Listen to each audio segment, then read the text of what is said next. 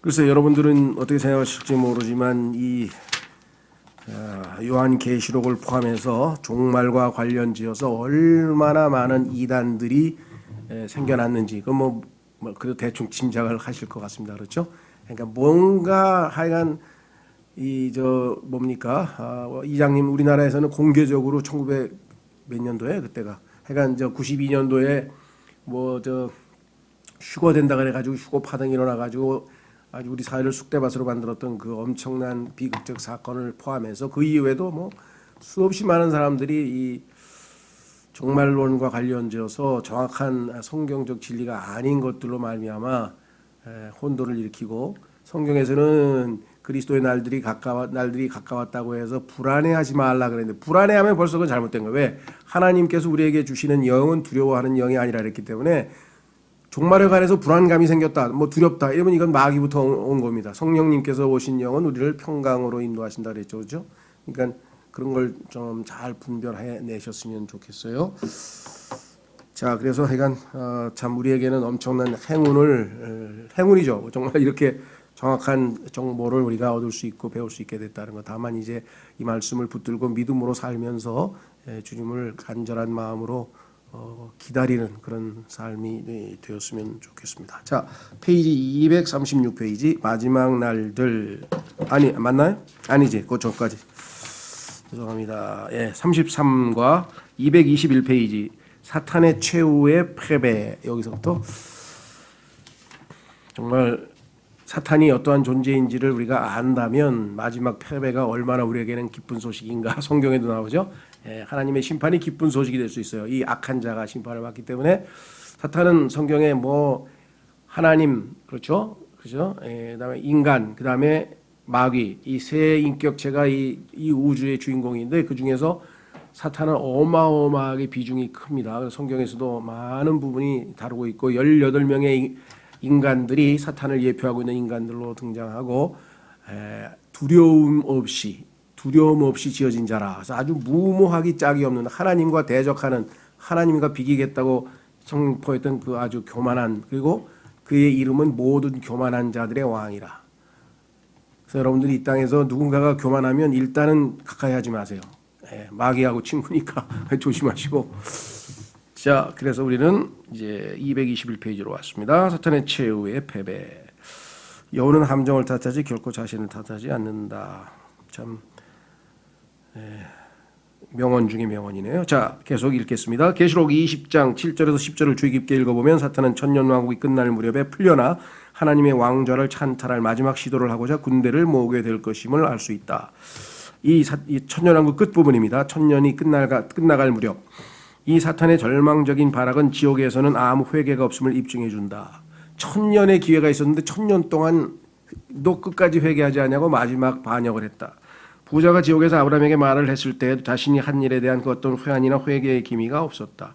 부자가 회개했다는 건 없고요. 자기 그 집에 가서 복음 좀 전해달라, 지옥에 오지 않게 해달라, 여기에 오지 않게 해달라고 부탁만 했지 회개했다는 얘기는 없죠. 하나님과 화해하고자 하는 그 어떤 간청도 없었다. 계시록 9장에서 구덩이가 열릴 때 시면 속에서 그토록 오랫동안 고통을 당한 그 창조물들은 다른 자들을 죽이고 파멸시키려는 욕망 이외에 다른 아무것도 갖고 있지 않았다. 그래서 엄청난 폭력과 파괴가 일어나죠. 올라와서 무슨 메뚜기 같은 얼굴을 하고 막 이상한 존재들이 나왔어요. 1000년 동안 의식을 지닌 채로 고통을 당하고 난 사탄은 묶여 있다가, 그렇죠? 쇠사슬로 묶여 있다고 계시록에 써 있었죠. 오늘날 쇠사슬 이런 거 말고 영적인 쇠사슬이기 때문에 다른 겁니다. 풀려난 즉시로 하나님을 대적하려는 사악한 짓을 다시 저지르고 마는 것이다.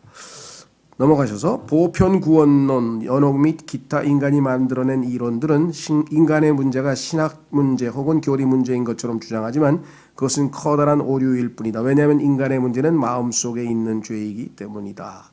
자, 여기서 보편구원론이라고 하는 것은 이 1세기 경우에 지금으로부터 2000년 전에 오리겐이라고 하는 한 신학자 중에 한 사람이 하나님에 대해서 오해를 해서 하나님은 사랑이시기 때문에 결국은 마귀도 구원을 시켜주실 것이다 라고 하는 희한한 복잡한 얘기를 했는데 하여간 결론은 그거예요. 그러니까 성경하고는 한참 거리가 먼 이상한 얘기를 했고, 또 이 사람은 성경 병기하는 데도 앞장섰던 사람이에요.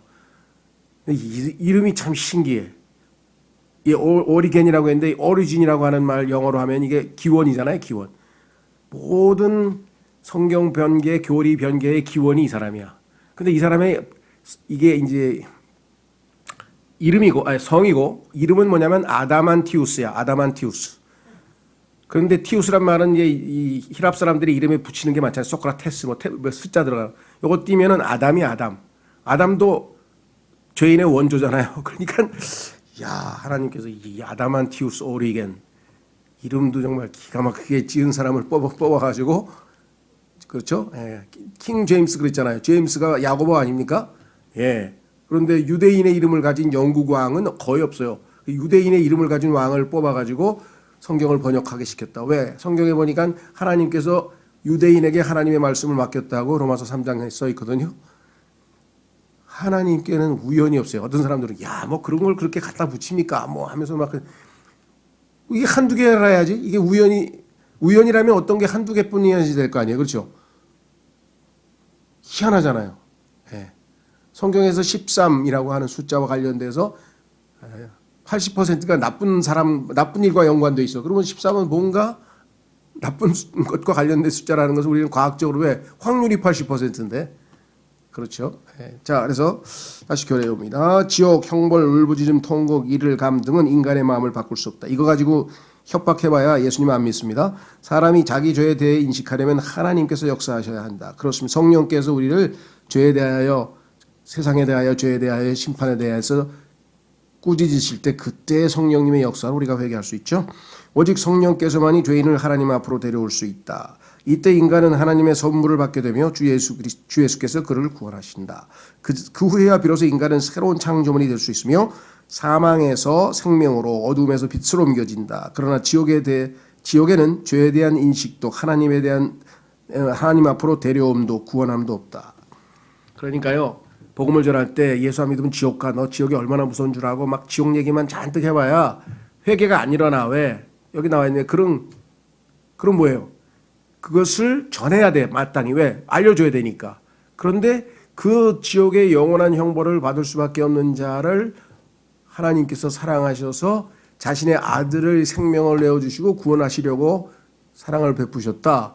그 하나님의 선하심에 인간은 회개하는 것이라고 로마서에 써 있어요. 그럴 거 아니에요. 어떻게 나 같은 자를 지옥에 던져줘서야 마땅한 자를 어떻게 이렇게 사랑하셔서 그렇게 아들까지 내어주실까라는 하나님의 사랑에 감격해서 우리가 회개하는 거지 협박한다고 회개하는 거 아닙니다. 조심하시고요. 자, 그래서 지옥에서는 인간은 오직 자기 생각 속에 파묻혀 홀로 지낸다.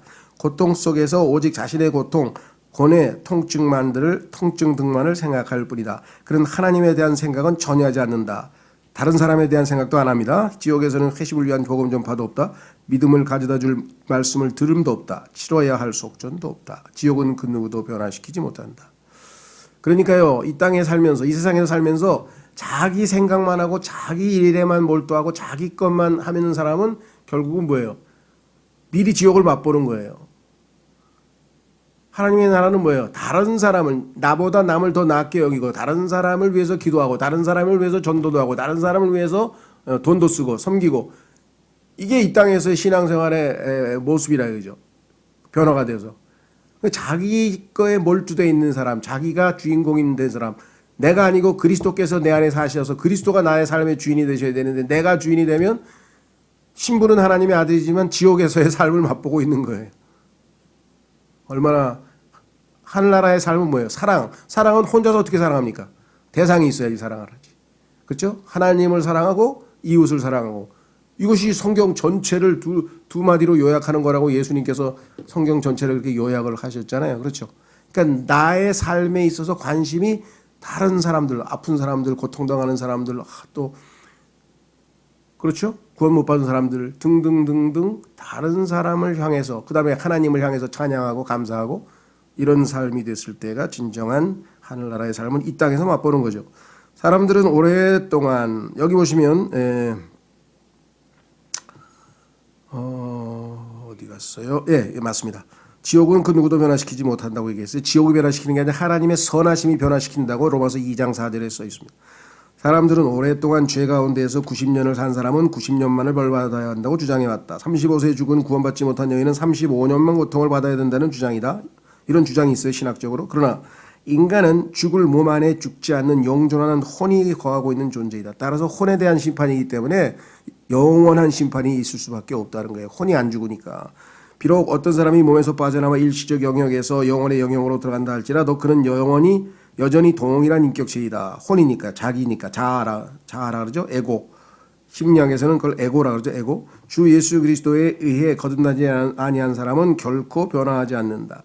어떤 사람이 950년을 구원받지 못한 채 살았다면 그는 동일한 기간을 사악함 속에서 살아야 한다. 100만 년을 구원받지 못하고 있다면 동일한 처지에 놓일 것이다. 구원받지 못한 사람이 영원한 형벌을 받는 이유 역시 그가 영원히 사악한 자이기 때문에 예수 그리스도를 거부한 자는 영원히 사악한 자로 남고 영원한 고통의 장소에서 영원한 슬픔의 삶을 사는 거죠. 대환란 때 엄히 심판받은 자들이 어떻게 하나님을 저주하고 실족했는지를 기억해보라. 부정한 영들이 예수님께 때가 되기 전에 자기 신들을 괴롭게 하지 말아달라고 부탁을 하면서도 용서를 구하지 않았음을 기억하라. 마음이 한번 하나님께 굳어서 딱딱하게 강팍하게 되면요, 그 얘기했잖아요. 나사로한테 예수님께서 너 지옥에서 사람을 보내가지고 니네 친척들한테 가가지고 니네 가족들한테 가서 아버지가 그러는데 여기 지옥에 오면 절대로 안 된다 하고 그런 얘기를 해줘 봐야 마음이 완악한 사람은 안 믿을 거다. 하나님 말씀을 믿는 것이 낫다 이렇게 얘기를 했죠. 자, 그 다음에 마귀였던 유다도 제사장들에게 죄를 고백했으나 그는 하나님께 돌이키기보다는 절망적 격렬한 죄책감 속에서도 자살을 시도했음을 기억하라. 진정한 회개를 했으면 예수님께 나와 예수님을 믿고, 그렇죠? 하나님의 자녀가 돼야지 왜 자살을 하냐 이 말이에요. 이거는 성경에서 말하는 진정한 회개가 아니죠. 이 가론 유다는 환경은 그 누구도 변화시키지 못한다. 사탄은 과연 어디서 그 군대를 모을 것인가? 답은 이렇다. 천년왕국 동안에 예수님을 대적하는 원수가 있을 것이다. 성경에 보면은 천년왕국 동안에요, 양으로 인정받아서 백성으로 천년왕국에서 살기는 사는데 거듭나지 않았기 때문에 아담의 죄성을 그대로 지닌 채로 천년을 사는 거예요. 그 사람들 중에서 일부가 또 반역을 하겠죠. 그래서 여기 나와 있죠. 하나님의 원수가 있다. 이들 반역하지 않는 자들은 의를 배우기를 거부할 것이다. 천년 동안 배워야 되는데 안 배워대. 이들이 의로우신 왕의 명령에 겉으로 보기에 복종하는 이유는 그분께서 철권으로 통치하고 계시기 때문에 그저 두려워서이다. 자, 마음속으로는 예수님의 통치에 불만이 가득한데 까딱 잘못했다가는 그냥 절지에 그냥 지옥불로 던져지니까 이건 어쩔 수 없이 그냥 이 마음에도 없는 그런 복종을 하고 있는 자들은 나중에 사탄이 부추기면 다시 반역을 저질러서 영원한 심판에 처하게 될 것이다. 사탄의 군대는 다음과 같다. 여기 나와 환난 속에서도 회심하고 않고 남은 자들, 이들은 적 그리스도의 사륙은 피했으나 주님을 결코 신뢰한 적이 없다. 죽지는 않았지만 여전히 마음은 회개하지 않았다. 유대인들을 도운 이유로 왕국 안에 들어온 양으로, 아까 지금 말씀드렸죠. 제가 간주된 민족들로 이들 역시 모두가 왕이신 예수님을 받아들였다고 볼 수는 없다. 드린 사람도 있고 아닌 사람도 있겠죠. 세 번째, 아담의 본속을 지닌 채 천년왕국 동안 태어난 자들. 천년왕국에서도 여전히 생식이 이루어지고 아이들이 태어난단 말이죠. 수명만 연장이 되죠. 아이들이 100살 먹으면 아이라 그랬으니까 성경에 나와 있는 대로 인간의 수명이 1000살 정도까지 늘어날 터인데 그렇게만 했지 실제적으로 성품이 죄악된 아담의 성품이 변화된 건 아니죠. 224페이지 넘어가시면 필자의 아들이 사탄의 마지막 반역에 대해 재미있는 지적을 한 적이 있다. 이 아들 이름이 이스라엘인데요. 이 제임스 목사 아들의 이름이 이스라엘이에요.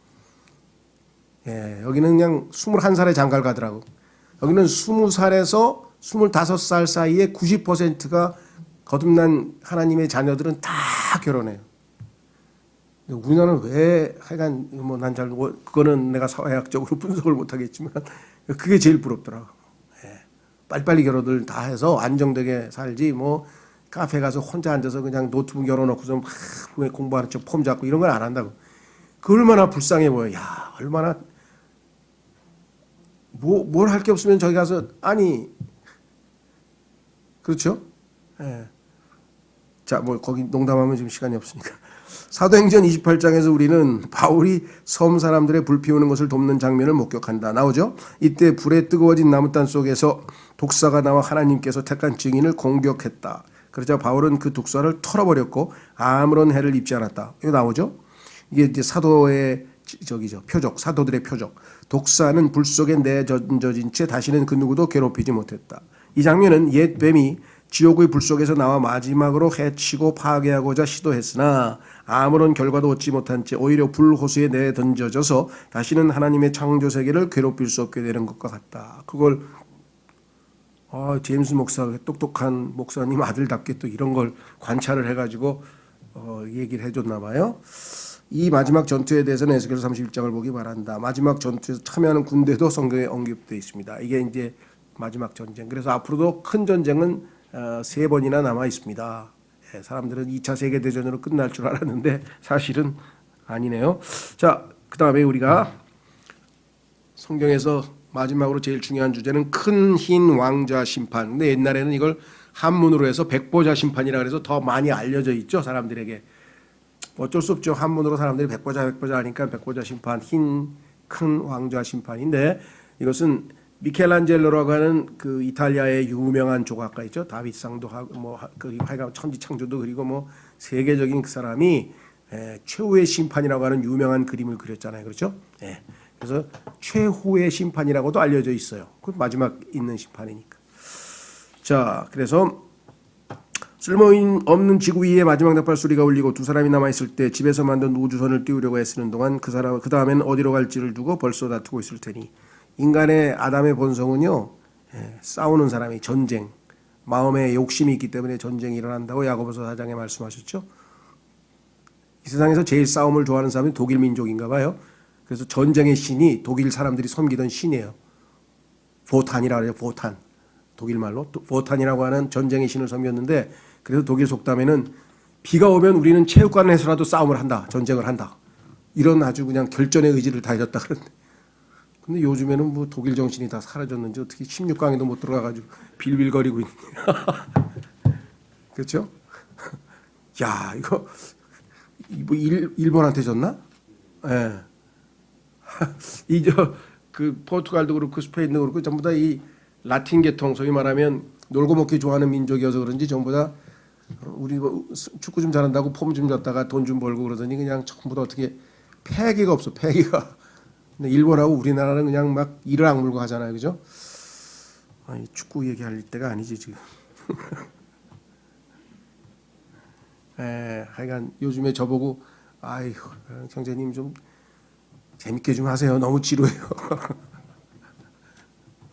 일반적인 종교인들은 마지막 최후의 심판에는 단 한 가지의 결과만 있을 것이라고 선언한다. 다 지옥불에 던져진다 이런 아닙니다. 거기서 지옥불에 안 가는 사람도 있어요. 설교자들, 성경교사들 그리고 주석가들은 이미 오래전부터 흰 왕자 심판에서 서게 되는 모든 자들은 모두가 구원받지 못한 사람들 뿐이라고 선포해왔다. 성경과 어긋나게 가르쳐왔어요.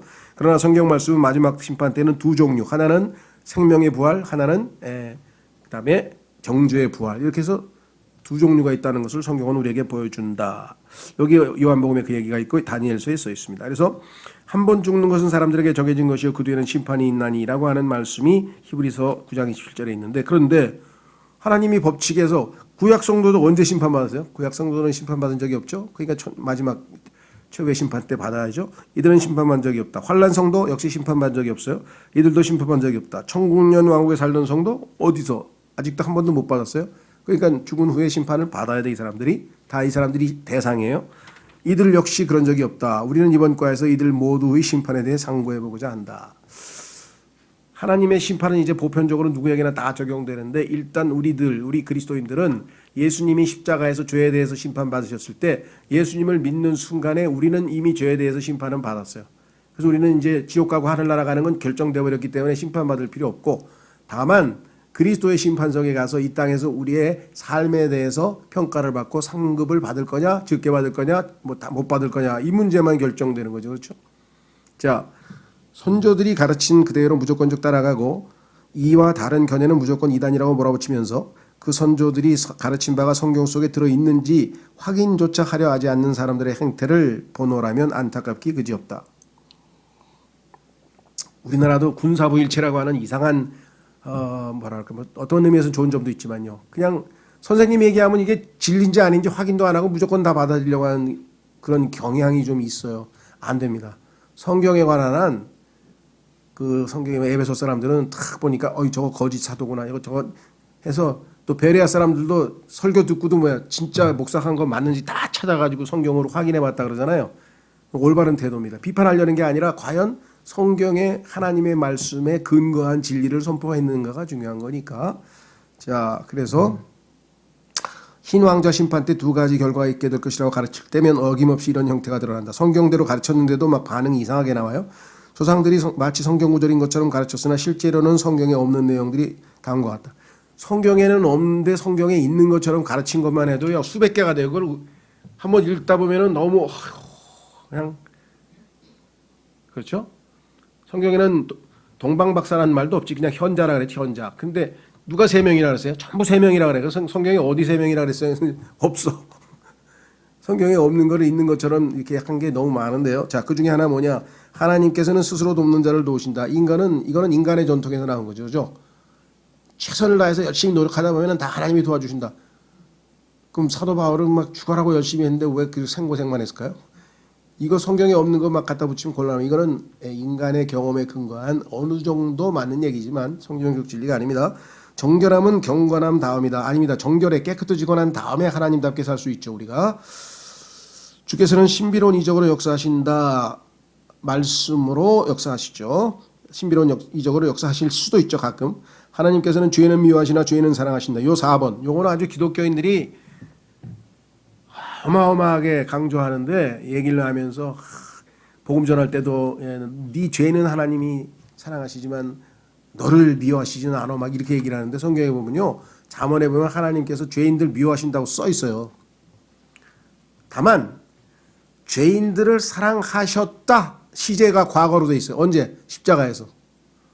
그러니까 사랑 안 하신 게 아니야. 하나님께서 먼저 사랑을 하셨어. 그런데 거기에 사랑으로 반응 안 하고 믿지 않는 사람은 미워하신다고 성경에서 있고 심지어는 하나님의 진노가 그 사람 위에 머물러 있다고 요한복음 3장 36절에 써 있어요. 이걸 엉터리로 가르쳐주면 큰일 납니다. 하나님은 너를 사랑하셔. 아니에요. 하나님은 너를 사랑하셨어. 그런데 네가 하나님을 무시해서 지금 하나님이 너의 원수가 되셔서 너 행복하게 지금 못 살고 있어. 하나님께로 돌아와야 돼. 이렇게 얘기를 해야죠. 알아들으셨죠? 예. 그 다음에 우리는 모두 하나님의 자녀들이다. 이건 자유주의자들이 얘기하는 건데요. 이건 아닙니다. 왜? 모든 사람들은 영어 킹제임 성경은 정확하게 여기서 아들들이라고 안 하고 offspring. 그러니까 하나님으로부터 모든 인간은 창조됐죠. 그러나 그 중에서 예수님을 믿고 생명을 얻은 사람만 아들들이지 다 아들들은 아니다. 그렇죠? 예. 이건 뭐 정말 이런 것들이 뭐 한두 개가 아니에요. 그래서 그다음에 갈보리 이전 사람들은 모두 십자가를 미리 내다보았다. 내다보기는커녕 제자들은 예수님 부활하고 나서도 이게 뭔 소리인지 얼떨떨해가지고 전혀 그렇지 않습니다. 이외에도 믿지 않는 자들과 그리스도인들이 다 같이 성경 속에 들어있다고 생각하는 여러 다른 구절들도 더 있다. 그래서 성경에는 없는 거. 제일 유명한 것 중에 하나가 뭐냐면요. 짐승에게 영이 있다는 게 인간만이 영적 동물인데? 이거 성경에서 나온 건가요? 내 성경에 올바른 킹제임 성경에 보면은 전도서에 보면은 사람의 영이 있어요. 근데 짐승에도 영이 있어요. 짐승의 영은 밑으로 내려가고 사람의 영은 위로 올라가는 차이가 있죠. 사람의 영은 하나님으로부터 왔기 때문에 초월적인 거고 짐승의 영은 하나님이 만드신 거기 때문에 하나님으로부터 온 게 아니고 하나님이 그냥 만드신 거기 때문에 때가 되면 밑으로 가서 소멸되는 것. 그 차이가 있는 것뿐이지 영이 없다라고 단정 지을 수는 없죠. 그렇죠? 이런 것들이 전부 다 전통으로 잘못 알려진 것들입니다.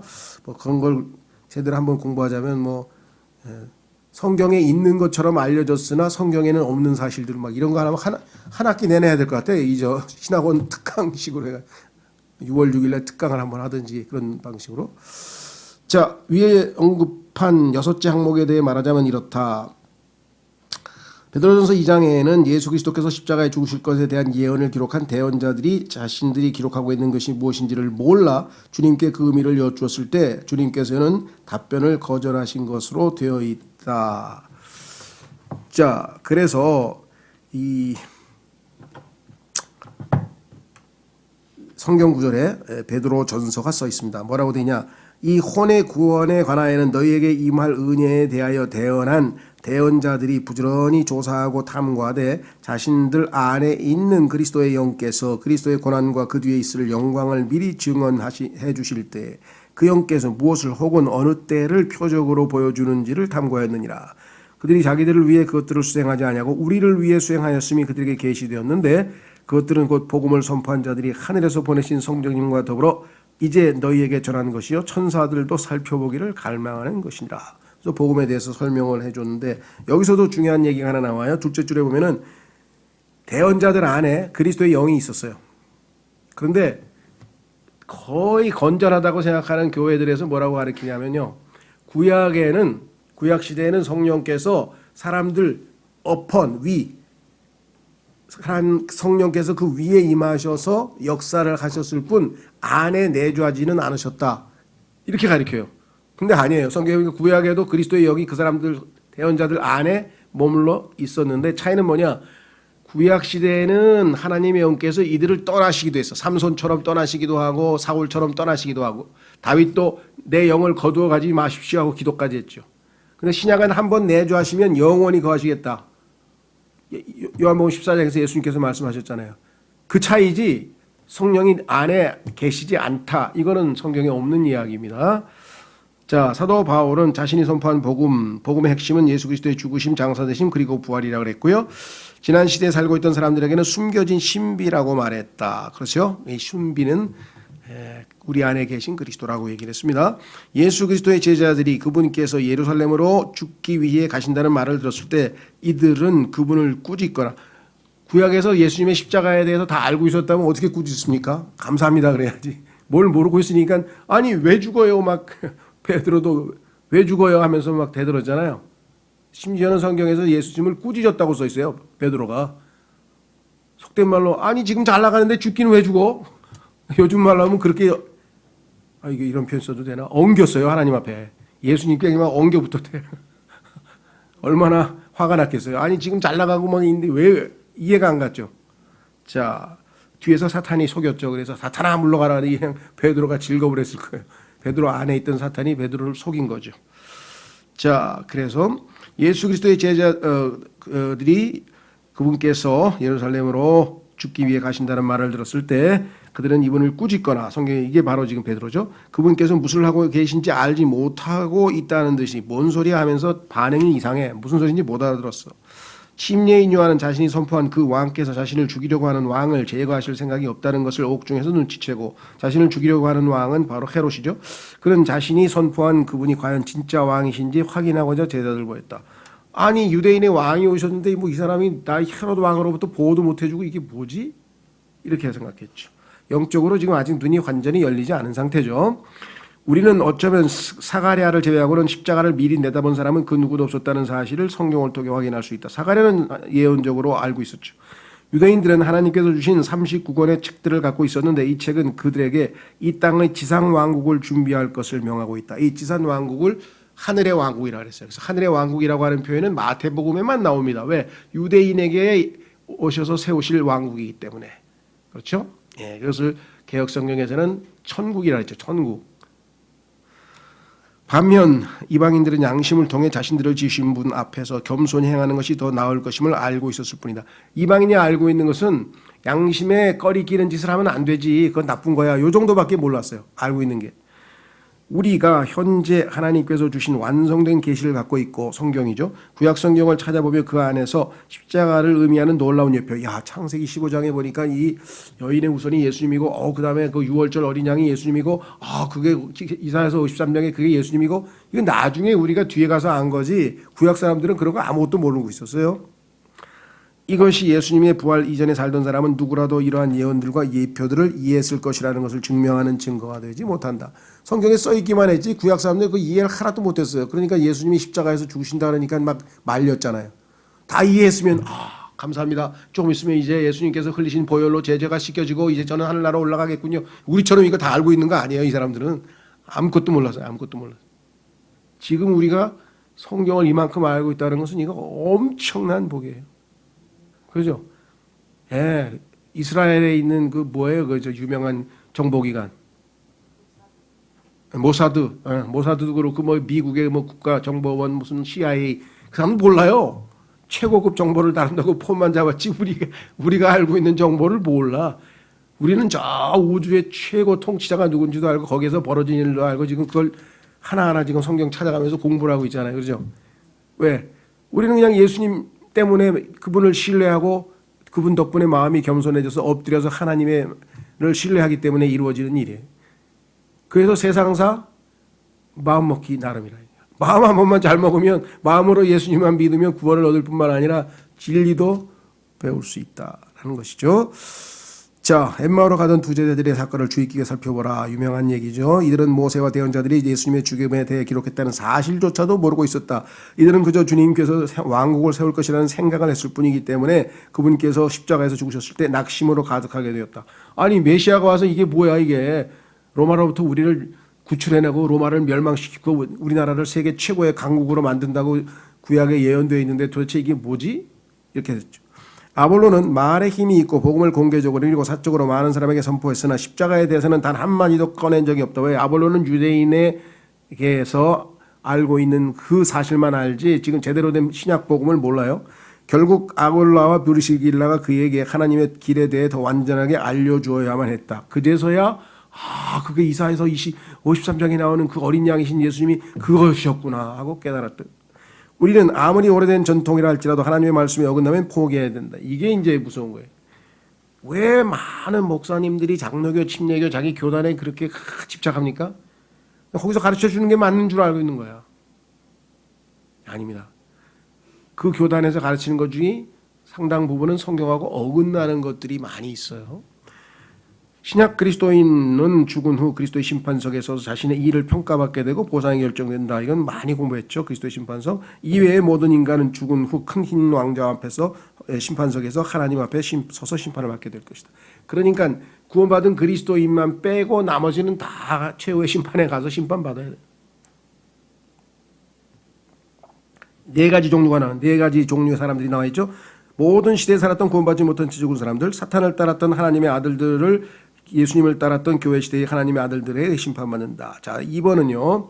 악한 영들은 하나님의 아들들이라고 불렸던 구약의 천사들은 하나님께서 신약의 하나님의 아들들인 우리 그리스도인들에게 심판을 맡겼다고 고린도전서 6장에 써 있어요. 그러니까 너희가 천년왕국에 가면은 재판관이 될 사람이야. 굉장히 높은 사람이야. 그런데 어떻게 교회 안에서 돈 빌려가고 뭐 무슨 뭐 이혼 문제 가지고 막 니들끼리 하나님의 자녀들끼리 막 소송을 하고 이런 엄청난 비참한 짓을 하냐. 너희는 나중에 재판관이 될 사람들인데 그런 짓을 하면 왜 해? 차라리 그냥 다 속아. 그냥 여기서 손해보는 게 더 나아. 나중에 하나님 앞에 가서 보상받고 어떤 형제가 너희는 돈을 떼어먹었든 무슨 짓을 했든 그 끝까지 그냥 재판해가지고 그냥 고소하고 그러지 말고. 그렇죠? 교회 안에서 그런 짓 하지 말라는 얘기. 왜? 지위가 너희가 지금 판사인데 천사들도 심판할 사람들인데 어떻게 그런 짓을 하느냐고 고린도전서 6장에 꾸짖었잖아요. 세 번째, 환난을 통과하며 살아남은 천년왕국에서 죽는 자들. 이 사람들도 심판받아야죠. 행위에 의해서. 그다음에 천년왕국에서 태어난 자. 역시 한 번 죽는 것은 사람에게 정해진 것이고 그 외에는 심판이 있으니까 심판을 받아야 해요. 신약시대의 그리스도인 빼고는 다 심판받습니다. 이 땅에서 죽을 때 셋째 하늘로 곧바로 가는 자들은 오직 예수 그리스도의 완전한 의를 소유한 자들 뿐입니다. 여러분과 제가 신약시대에 예수님을 믿고 하나님의 의를 소유하고 있다는 것은 이게 어마어마한 특권이에요. 그렇죠? 이런 사람들이 이 지구상에 태어난 인간 중에 몇 퍼센트가 되겠어요? 뭐 렉스턴만 타면 뭐 대한민국 2%입니까? 대한민국 2%가 겨우 렉스턴밖에 못 타? 우리는 온 우주의 0.0000001% 죽고 난 다음에 심판도 안 받고 셋째 하늘로 바로 올라가서 하나님의 왕자 옆에 가서 할렐루야하고 찬송 부를 사람들이 우리인데 그렇잖아요. 이런 면에서 자긍심을 가지라는 얘기예요. 자만심이 아니라 하나님이 나를 얼마만큼 높여주셨는가라면 생각해봐요. 그러니까 막 찌질하고 막 째째한 일에 그냥 막 엉겨붙어가지고 막 상사하고 막 네가 왜 나를 진급 안 시켜 막 하면서 따지고 그런 거 신경 쓰지 말라. 하나님께 맡겨버리고 차라리 그렇죠? 보세요. 이들은 죽을 때 주와 함께 있을 수 없다. 왜? 여기는 구약 시대의 믿음 안에서 죽은 자들은 이와는 다른 방식으로 다루어지긴다. 구약 때는 아직 예수님이 십자가에 죽지 않으셨기 때문에 하나님이 이들을 다루는 방식이 다르다는 얘기죠. 자, 우리는 죽으면 바로 주와 함께 있는데 이들은 아브라함의 품이라고 하는 데 가서 기다리고 있어야 돼. 구약 성도는 이들은 용서는 받을 수 있었으나 그의 기록이 그리스도인의 경우처럼 깨끗해지지는 못했다. 출애굽기 34장 7절 개약 성경은 완전히 변경되어 있는데요. 무슨 뜻이냐? 죄는 용서는 받아. 근데 죄가 지워지지는 않아. 왜? 짐승의 피 갖고는 죄가 안 지워져 구약에는. 근데 예수님이 피를 흘리면 그때 지워져. 그러면 이들의 혼도 깨끗해져. 그러면 예수님이 이들을 데리고 어떻게 해요? 셋째 하늘로 데리고 올라갔다고 에베소서 4장에 써 있어요. 그제서야 데리고 간 거예요. 그제서야. 왜? 혼이 예수님의 피로 씻겼으니까. 세 번째, 아무리 완벽하게 바쳐진 희생물이라 할지라도 이들의 죄들을 제거할 수는 없었다. 왜? 하나님의 피가 아니니까. 짐승의 피죠. 비록 이들이 지옥에 보내지진 않았지만 여전히 땅의 포로들로 남았기 때문에 마귀가 이들을 포로 사로잡았죠. 이들은 부활 이전에 낙원이 있었던 그 장소에서 기다리고 있었다. 그래서 요거 때문에 카톨릭에서 연옥이라고 하는 잘못된 교리를 만든 거예요. 요거는 구약시대 성도에 해당하지 신약시대 우리도 가서 기다릴 필요가 없어. 우리는 예수님이 다 갚았는데 다 이루었다. 다 끝났는데 왜 기다려요? 그렇죠? 다섯 번째, 따라서 구약과 신약 사이에는 구원의 차이만 있는 것이 아니라 교회 시대의 구원이 더 나은 구원이다.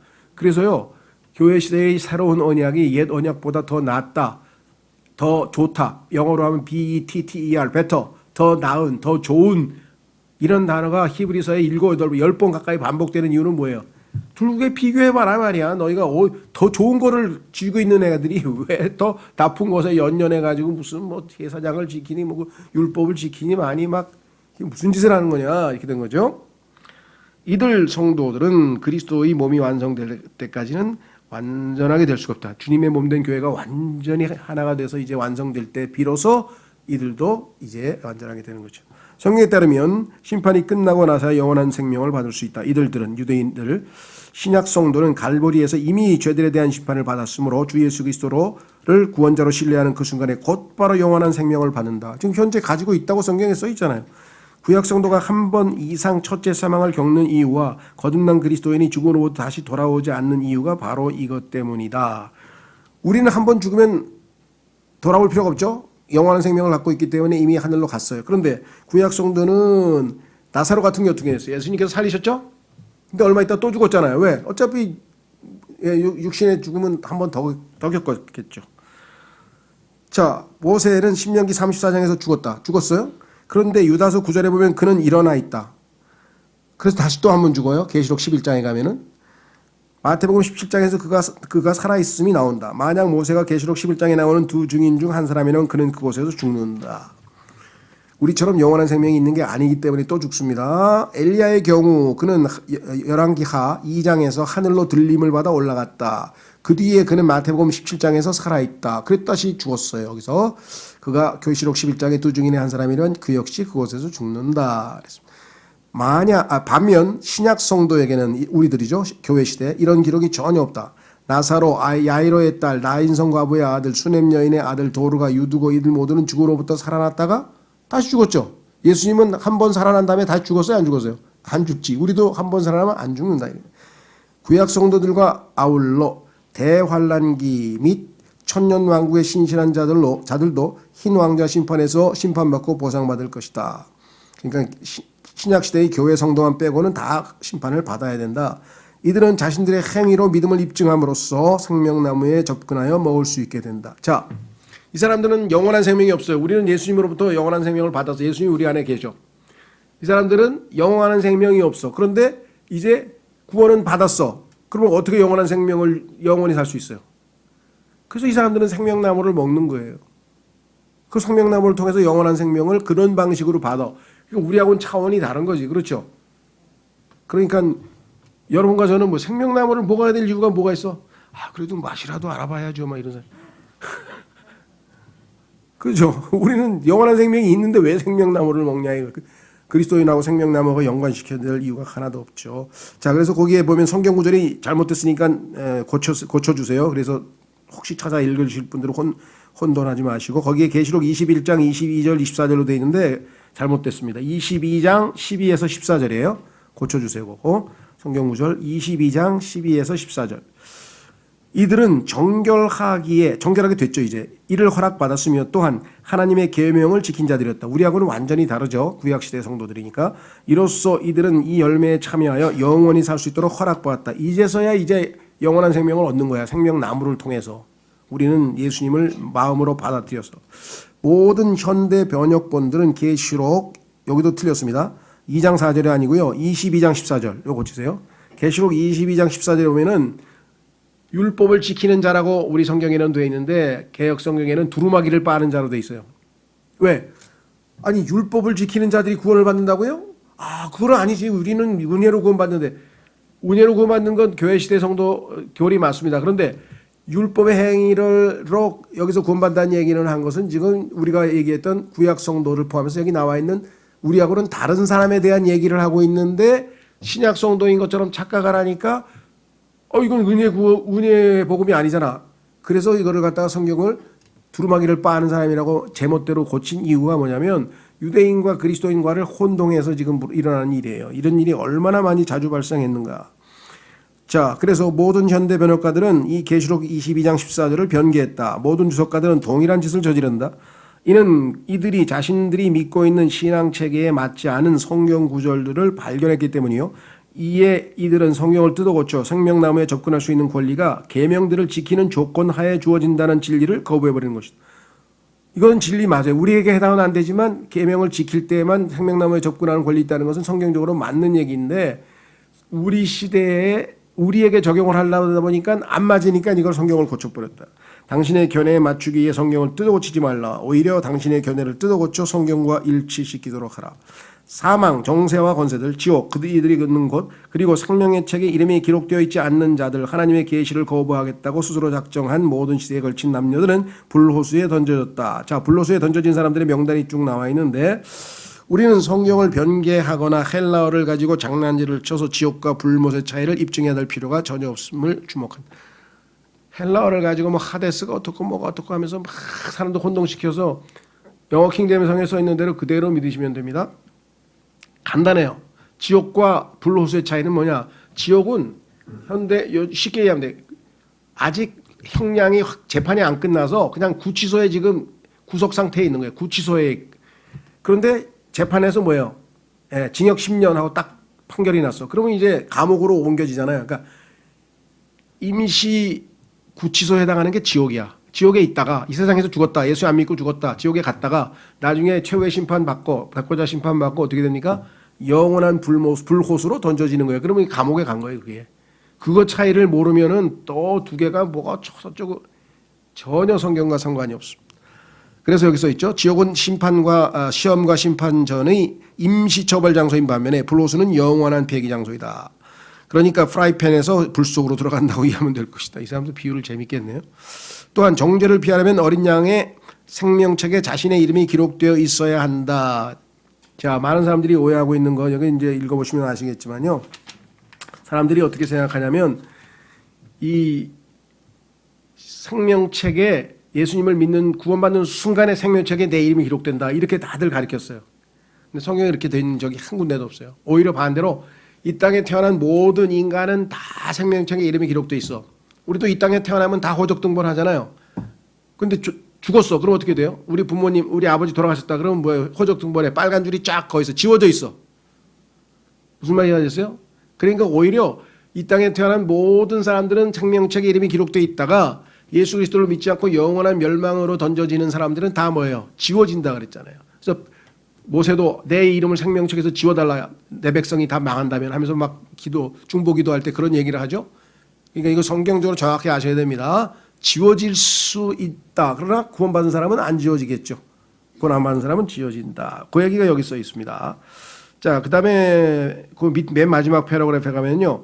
열왕기상 10장에 있는 솔로몬의 왕자의 모습과 예수 그리스도께서 셋째 하늘에 앉아 계신 모습과를 비교해서 설명을 했습니다. 그러면 그냥 참조로 읽어보시면 좋겠어요. 그 얘기는 뭐냐면 얼마나 그 장엄하고 막 재판정이 막 너무나 숙연하고 그래가지고 거기 앞에 가면 막 후들후들, 예를 들면 죄를 진 사람이 우리나라에도 판사가 딱 앉아있는데 거 밑에 가면은 좀 부들부들 떨릴 거 아니에요. 그렇죠? 제일 그 문제에 대해서 심각하게 이렇게 얘기한 사람이 들어보셨는지 모르겠는데요. 미국의 찰스 콜슨이라는 사람이 있었어요. 닉슨 대통령의 특별보좌관이었던 사람인데 이 사람이 이제 소위 말하면 워터게이트 사건을 조작했다 뭐 이래가지고서는 이제 소위 말하면 파면을 당하고 재판을 받을 때 인간 판사 앞에서도 자기가 너무너무 두려웠는데 나중에 죽어서 하나님 앞에 가서 심판을 받는 내가 얼마나 두려웠겠는가를 아주 떨리면서 알게 돼서 나중에 예수님을 영접하고 구원받은 사람이고 그래서 감옥에 있는 죄수들을 복음 전도하는 그런 사역을 펼치는 사람입니다. 세계적으로 아주 많이 알려진 복음 전도자인데 찰스 콜슨이라는 사람도 그 얘기를 했습니다. 그 다음에 밑으로 내려가면 이것도 우리가 너무 이 시간을 끌 것 같지나 끌 필요는 없을 것 같아요. 그것은 무슨 소리냐? 욥기 14장 14절에서 22절을 보면 흰 왕자 심판의 내용을 정확하게 이해할 수 있다. 그러니까 욥기에 있는 내용들을 쭉 열거를 해보니까 이것이 바로 백보자 심판, 큰 왕자 심판의 내용을 우리에게 자세하게 풀어 설명해주고 있는 것 같다. 아주 정확한 뭐랄까 통찰력이 있어요. 성경을 읽으면서 아 이거 바로 이것이겠구나. 그렇죠. 욥기에 가면 그와 같은 내용들이 상당히 많이 나오죠. 자, 그래서 233페이지 오른쪽으로 가보십시오. 그걸 한번 차근차근 읽어보시면 되겠고요. 다음과 같은 헛된 소망들을 보라. 이게 이제 성경에 보면은 사람의 모든 소망을 하나님의 심판석에 가면 다 날아가 버린다. 헛된 소망들은 다 끊어져 버린다는 내용인데 이 땅에 사는 인간들이 갖고 있는 헛된 소망의 내용은 뭐냐? 첫째, 죽음이 없었으면 어떤 사람은 죽음이 없었으면 하고 이거 헛된 소망 왜? 죄 때문에 죄 삭슨 사망인데 어떻게 죽음이 없어요? 그다음에 죽음 후에 존재가 없어지면 하고 소망한 자들이 있다. 이게 여호와의 증인들이에요. 여호와의 증인들은 죽으면 없어진대. 근데 혼의 멸절설이라 그래 이걸요. 근데 혼은 영원한 거잖아요. 하나님이 우리를 영원한 존재로 만들었기 때문에 안 없어져요. 근데 그거를 죽으면 없어진다고 가르친다니까. 만약에 내가 여호와의 증인을 믿었으면요 지금 이렇게 안 살아요. 내가 하고 싶은 대로 시컷 어차피 죽으면 없어지는 건데 고통도 없고 지옥도 없는데 뭐 내가 하고 싶은 대로 살면 되는 거지, 그죠? 야, 그 사람들이 나중에 딱 눈 뜨면 지옥이면 어떻게 되겠습니까? 아니 난 지옥 없다고 배웠는데 그러니까 하나님께서 누가 여호와의 증인 가라 그랬니? 제대로 성경을 배우라 그랬지 누가 더 하나님께서 지옥 있다고 얼마나 많이 예수님께서 70번이나 언급을 해놨는데 참말로. 세 번째, 다시 태어나기를 소망하는 윤회설. 야, 이것도 정말 우리 인도가 지금 중국의 인구를 넘어서요. 중국이 14억이고 인도가 15억이에요 지금. 세계 1위가 인도야 인도. 근데 이 사람들이 다 죽으면 벌레로 태어나든지 천사로 태어나든지 막 그것만 믿고 앉아서 지금 윤회설. 회개보고할 하나님이 없었으면 하고 후망한 자들이 있다. 죽으면 하나님 앞에 가서 태어나면서부터 자기가 70년 80년 동안 한 거 그대로 기록이 읽어요. 너 맞아 다 확인해봐 그러지만 꼼짝달싹 못하고 그냥 회계보고 다 해야 돼. 회계보고를 안 하는 회사는 그건 가짜 회사고 회계보고를 당연히 해야 되겠죠. 그렇죠. 인생의 회계보고를 해야 돼. 그래서 얼마 친구 녀석이 군상을 갔더니 거기 앉아있더라고. 그래서 뭐냐 국민대학교 회계학과 교수야. 한국회계학회 회장이야 또. 그래서 내가 야, 너 회계학교 회장이 하나님 앞에 가서 회계보고 하는 걸 알고 있냐? 그랬더니 그런 게 어딨니? 야, 성경에 보면 너 이 땅에서 태어나서 지금까지 모두 지금 다 작성해놔. 너 회계보고 써야 돼. 뭐. 야, 그 성경 구절 어디에 있냐? 그래서 가르쳐는 줬어. 이제 읽었는지 안 읽었는지 모르겠어요. 여러분들도 한번 얘기하세요. 회계보고서 썼어? 예. 우리 교회 책이 있잖아요. 그 솔로몬의 인생 보고서. 전도서 책자 있죠. 그 다음에 영원한 형벌이 없었으면 없기는 왜 없어요? 있다 그랬죠 성경에서. 그리고 결국은 다 구원받으면 아까 얘기했죠. 오리겐이라는 사람이 하나님이 사랑이 너무 많아서 다 구원해 준대. 이게 그 문선명이 가리키는 교회여서 하나님이 사랑인데 우리를 어떻게 지옥에 보냈어요? 그 하나님의 사랑에 어긋나지. 하나님이 하나님을 사랑하는 사람만 다 구원하고 하나님을 미워하는 사람, 하나님의 아들을 미워하는 사람은 더더군다나. 왜? 아들을 내어주시기까지 했는데 그 아들을 미워해? 그런 사람은 어떻게 하나님 사랑해? 그렇죠? 자, 그래서 이 거짓 소망들은 흰 왕자 심판석에서 다 무너져 버릴 것입니다. 그렇습니다. 이 최후의 심판에서는요, 모든 것들이 다 깨끗하게 정리가 될 것입니다. 자, 그래서 234페이지에 중간쯤에 오면은 234페이지에 중간쯤에 오면은요, 하나님의 말씀에 따르면 가장 무모한 자들에 대해 증언해 줄 증인이 있다. 증인이 누구냐? 말씀들이에요. 하나님의 말씀들이 증인 노릇을 한다고 마태복음 12장에 써 있죠. 물론 모든 논쟁은 하나님께서 자신의 모든 이름들보다 크게 하신 것, 즉 기록된 말씀에 의해 종식될 것이다. 그러면 이제 하나님의 심판석에 가면 어떻게 해요? 있는 사람들 중에서 따지는 사람이 돼. 따지는 사람. 아니 내가 왜 지옥에 와야 돼요? 뭐 이런 사람들이 있대요. 근데 전부 다 패소한다고 성경에 써 있어. 미안한데 하나님이 다 이긴다고 써 있어. 하나님 벌써 알고 있어. 엄청난 자들이 그냥 막 저요 하면서 뭐야. 나 왜 지옥에 왔어요? 우리 집은요 화기애애하게 가족적으로 정말 잘 행복하게 살았어요. 옆집은요 그냥 부부싸움 내내 했어요. 근데 이 사람 보니까 여기 하늘나라 와 있네. 그러니까 그래 이 사람은 회개하고 예수님 믿었어. 근데 너는 그냥 네가 똑똑하다고 살았잖아. 어떡하겠니? 그렇지. 아니, 내가 언제 착하고 행복하게 살면 내가 하늘나라 온다 그랬니? 내 아들을 믿어야 된다 그랬잖아. 무슨 말인지 되시죠? 네, 그래서 성경에 보니까요 하나님께서 이기시린다고 하나님께 재판을 고소하는 사람들이 무지하게 많다고 성경에 써 있어요. 자, 근데 결국은 어떻게 돼? 마지막 여기 답이 써 있네. 이날 모든 무릎이 꿇고 모든 혀는 하나님 아버지의 영광을 위해 예수 그리스도께서 주님이라고 고백하게 될 것이다.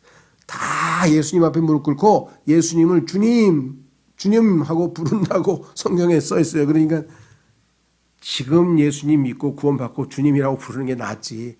나중에 주님 그래가지고 어떤 사람은 그래요. 그런 주님께서 새로운 한 번 더 기회를 주시지 않을까요? 뭐 또 이런 사람이 있어요. 너무나 자비로우시니까. 그런데요. 그때 대부분의 사람들은 예수님과 같이 있기가 싫어. 왜? 예수님께서 자신을 위해서 생명까지 내어주셨는데 예수님을 평생 무시하고 조롱하고 쳐다도 안 보던 사람이 같이 있으라 그러면 불편해서 같이 있겠어요? 나라도 괜찮습니다. 저는 지옥에 가겠습니다. 그냥 가지. 이건 내 생각에 그래요. 그죠? 있으라 그러는데 있겠어요? 너무나 안 맞는데 여기는 거룩하고 의롭고 순결하고 겸손하고 여기는 뭐예요?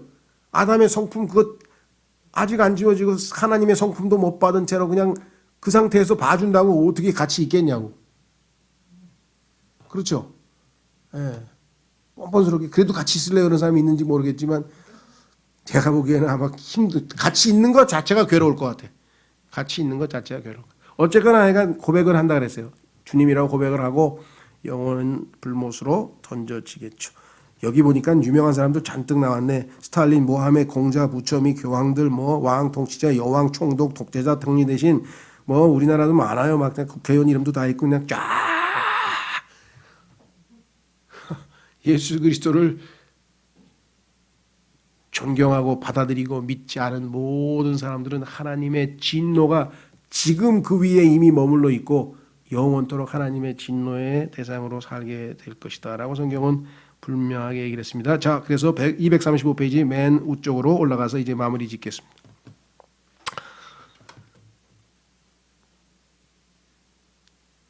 어떻게 돼 있냐 여기 보십시오. 이제 마귀의 마지막 심판이에요. 그렇죠? 예. 마귀가 순간 온 좌중 속으로 침묵이 흐르게 되고 그들이 항상 알고 있었다고 생각되는 그 누군가 등장하는데 이자는 알아보지 못하게 된다. 그를 자세히 들여다보고 누군가 숙고한 후 이들은 서로에게 이렇게 말하기 시작한다. 마귀가 어떤 자였는가 보세요. 너를 보는 자들이 너를 자세히 살펴보고 너에 대해 깊이 생각하여 이르기를 이자는 땅을 떨게 하고 왕국들을 흔들며 세상을 광야같이 만들고 거기에 도시들을 멸망시키며 자기 죄술의 집을 열지 아니한 자가 아니냐 하리로다. 최고의 권력을 누리고 이 세상 신으로 군림하던 마귀가 드디어 패배당한 순간이죠. 이 말씀 그대로 이루어진다. 더 이상 아침의 아들도 아니며 아름다운 기름 부은 그룹도 아닌 옛 루시퍼는 완전한 패배를 자인하고 자신을 굽혀 무릎을 꿇고 말 것이다. 천년왕국의 맨 마지막 순간이 백보자 심판의 맨 마지막 심판입니다. 그들 모든 우두머리인 마귀가 심판을 받죠. 이자는 수많은 무리 속을 통과해 왕좌의 계단을 올라가 맨 꼭대기 계단에서 강제로 무릎 꿇림을 받을 것이다. 예수님 앞에서 무릎을 꿇어. 우리 그러죠? 무릎 꿇어 하면 꿇어야지.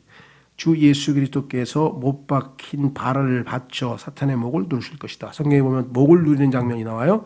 그것이 바로 예수님이 사탄을 심판하시는 모습으로 예표되어 있습니다. 완전한 패배와 완전한 굴욕 속에서 그 뱀은 예수 그리스도는 주님이십니다. 마귀도 마지막으로 예수님을 인정해야 돼. 하나님 아버지께 영광을 이라고 고백할 것이고 이들 모두가 듣게 될 것이다. 이와 동시에 그는 불호수로 내던져진다. 할렐루야. 이게 하나님께서 마귀의 최후에 대해서 성경에 우리에게 계시해 주고 있는 책입니다.